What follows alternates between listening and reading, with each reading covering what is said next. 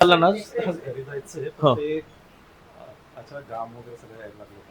काय घाबरायची गरज नाही. चालेल. ऑपरेशन होऊन गेलं थोडी भीती असते, ॲप्रेन्शन असतं, दुखत असतं. ती नव्हती अशी विशेष काही. नाही असतेच ना, ऑपरेशन माणूस आहे ना, आपण जनावर थोडी आहे. ऑपरेशन म्हटल्यावर एक भीती राहणार, साहजिक आहे ती. मी एवढं हे बरोबर करतो, इंजेक्शन घेत नाही मी स्वतः. बाप. फुल घाबरतो इंजेक्शन दुसऱ्याला कापतो मी. तर हा मानवी स्वभावाचा पैलू आहे. आपल्याला भीती वाटणं साहजिक आहे, त्याला काही हे नाही. दिलेले व्यायाम नियमित करणे काही होणार नाही, आपण पूर्ण बरे होणार. मी पंकज पगारे. मी टेनिस खेळताना पडलो होतो. पडल्यानंतर त्रास होत होता मला, म्हणजे चालताना पाय वगैरे बॅलेन्स करता येत नव्हता. कपिल सरांचं नाव आधीपासून माहिती होतं. वडिलांच्या हाताची ट्रीटमेंट त्यांच्याकडेच केली होती, हाड मोडलं होतं तेव्हा. आणि नंतर मग ऑपरेशन सरांकडेच करायचं ठरवलं.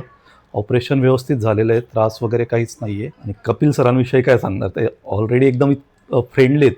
बोलण्यात सुद्धा खूप छान बोलतात, चांगलं समजावून सांगतात, गायडन्स चांगलं आहे त्यांचं प्रॉपर. आणि एक्सपिरियन्स तर त्यांचा म्हणजे सुपर्ब आहे.